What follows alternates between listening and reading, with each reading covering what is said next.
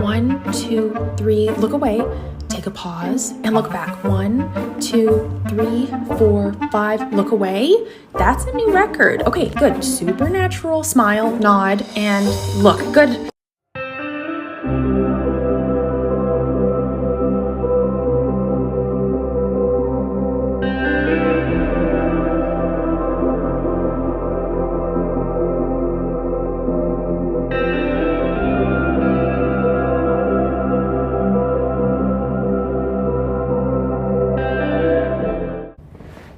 So, do you have any special interests? Is there anything that other people are into, but you're really into, that you might, any topic or hobby that you might spend a significant amount of time on? Is there anything like that?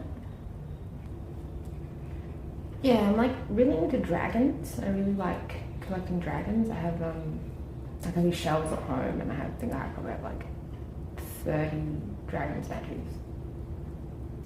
All right, Tash, keep your cool. Take a breath. She definitely doesn't want to see your dragon collection. Be professional, be professional, be professional, be professional. Could you tell me a little bit more about that? This is my dinner. I call it autism dinner. Autism dinner! One part of being autistic that I very rarely see spoken about, but which I find to be one of the most disabling parts, is the inability to read people's intentions. So we talk a lot about not being able to read between the lines, not being able to read facial expressions, not being able to read social cues, which are all very real things. But I feel like the combination of those things into not being able to read someone's intentions is one of the most disabling parts of my experience, and one of the things that causes me the most upset and makes me feel the most vulnerable. So I can't read someone's intentions. I never ever know if someone has good intentions or bad intentions, or if they're genuine, or if they're trying to manipulate me, or if they just want something from me, or if they actually like me. I cannot. I've got no idea, no way to decipher it. And because of that, I have two choices. I can either choose to trust everybody and take everything that everybody says at face value, or I can trust nobody ever and just not interact with anybody and not trust anybody and not open up to anybody and assume that everybody has bad intentions. And I don't want to do that second one, because that'd be a very lonely existence. So the only choice that I have is to trust everybody and to believe that everybody has good intentions, and to believe that, to take everything that everybody says to me at face value, which very often leads to me getting very deeply hurt. But the only other option is to never interact with another human. You don't even know. You don't even know me.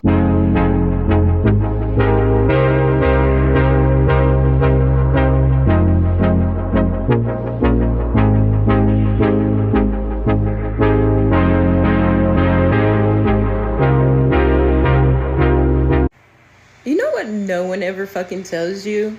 That point of after your autism diagnosis, after years of being a people pleaser, after years of confusion and putting other people first because you thought you were the problem, after years of being disconnected from your body, after years of disassociating, after years of being conditioned to other people's likings, believing that they're your own likings, you get your autism diagnosis. And then, I need to feed my cat, hold on. Here you go. And then you just become stuck in this place of, do I put myself first? Do I put the other person first? Are these my thoughts? Are these the other person's thoughts? Are these my feelings? Are these the other person's feelings? Am I being selfish? Am I not being loving enough? Am I not being too compromising? Am I being over compromising? And then you just have this self-awareness of always having the other choice of or, because for so long you didn't think the or. You thought that one way. But now you have your autism diagnosis. You have a sense of self-awareness, a sense of understanding. and you're just like, or, and you just don't know a definite answer of anything anymore because there's always this possibility of the or surfacing in the other realm of life. And I literally feel like that's where I'm at right now. I'm in this realm of I don't know because I can't be definite. I don't know because I can't be sure. I don't know because I just learned myself. I don't know because I'm coming into terms with myself. I don't know because I don't have all the definite facts. I'm still learning. I'm still understanding. And I cannot come to a conclusion about anything until I understand. I can come to a hypothesis, an educated guess. But at the end of the day, I don't know. And I'm just stuck in this realm of I don't know. I'm not sure. It's a small possibility. It's a high possibility. But it could be anything. Anybody else or no? I'm autistic and I love eating out, but it often leaves me overstimulated. Accommodations I use to help with this are wearing my noise-canceling headphones and using my own portable cutlery.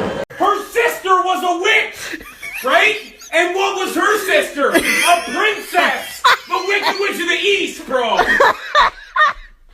I'm gonna stab him. You're gonna look at me and you're gonna tell me that I'm wrong? Am I wrong? Do you have all or nothing thinking, meaning that you think very rigidly?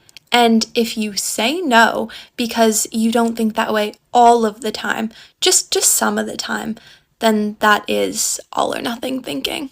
Do you struggle with eye contact? Now, this includes looking at people's eyebrows or in between their eyes instead of making eye contact with them, and being able to make eye contact but feeling really uncomfortable about it. Do you struggle with changes in routine? Now, this includes plans that you made in your head and have now decided on and are unable to change your mind about them. Do you have any rigid, repetitive movements? Now, this does not just include flopping your hands or rocking back and forth. This can also include things like twirling your hair, chewing the inside of your cheek, bouncing your leg. Do you struggle regulating your emotions or showing them? Now, this can include not knowing how you feel or being unable to identify your own emotions and then outwardly show them. Hey, take your headphones off. No. Take your headphones off. No. Take your headphones off. No. I said take your headphones off. And I'm saying no. Take them off. No. Take them off. No. Take them off. No. Take them off. No. Okay, why would you take them off? Because I'm autistic and I need these headphones for stimming and sensory reasons. And frankly, it's none of your business, so move along now. Take it! If you're autistic like me, do you have an internal monologue that just will not shut up? There are actual people in this world with no internal monologue. I'm almost finished a 1 hour hike and I forgot to put my podcast in because I'm having too many conversations in my own head. I have to pretend to be a normal person in a neurotypical society when I'm not. So I'm just constantly fucking replaying or rehearsing conversations all the time. Even conversations I'll never have. Like I'm screenwriting my life 24/7. Hey self, shut up. Things I've been told I act like as a heavily masking autistic person. An anime or cartoon character, a sim or other video game character, a robot or alien, a medieval or old-timey person, a cheesy sitcom actor, and something from Uncanny Valley. Home life, roller coaster craziness, moving out and in again.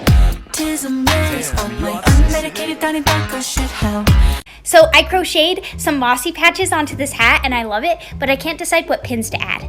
First, here's the hat. I'm quite pleased with all the mossy patches, but I have this option of a pin that I made of a monarch caterpillar, which I think is really cute. Also, did you know that caterpillars have 4,000 muscles? It's a lot of muscles. And there's also, I have a monarch butterfly, which I think would be pretty cool. Or I can do a bunch of like fungus, which would also be pretty cool, but I can't decide which because they all look pretty good. So tell me about yourself. Sure, what kinds of things would you like to know?